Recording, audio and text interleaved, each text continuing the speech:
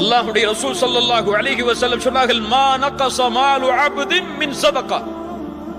ஒரு அடியான் கொடுக்கக்கூடிய சதக்காவுடைய செல்வம் ஒருபோதும் குறையாது, ஒருபோதும் குறையாது. எப்படி குறையாது? ரசூலுல்லாஹி ஸல்லல்லாஹு அலைஹி வஸல்லம் அவர்களுடைய வீட்டில் ஒரு முறை ஆடு அறுக்கிறார்கள். இரவுடைய நேரத்தில் ரசூலுல்லாஹி ஆயிஷா রাদিয়াল্লাহு அன்ஹா அவரிடத்தில் வந்து கேட்கிறார்கள், ஆயிஷா, அந்த ஆட்டில் எது மிஞ்சியது?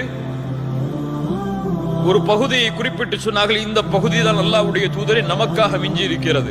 ரசூலுல்லாஹி ஸல்லல்லாஹு அலைஹி வஸல்லம் சொன்னார்கள், ஆயிஷா, இது அல்ல எமக்கு மிஞ்சியது, எதை நாம் கொடுத்தோமோ அதுதான் மிஞ்சியது. எதை நாம் ஏழைகளுக்கு பிறருக்கு கொடுத்தோமோ அதுதான் மிஞ்சியது. இது நாம் சாப்பிட்டு முடிப்பது. அல்லாஹு அக்பர். ஒரு 2 ரியால் 3 ரியால் கொடுத்தாலே உள்ளத்துல அப்படியே ஒரு கஷ்டம் வந்துரும். கொடுத்துட்டோமே. சுப்ஹானல்லாஹ்.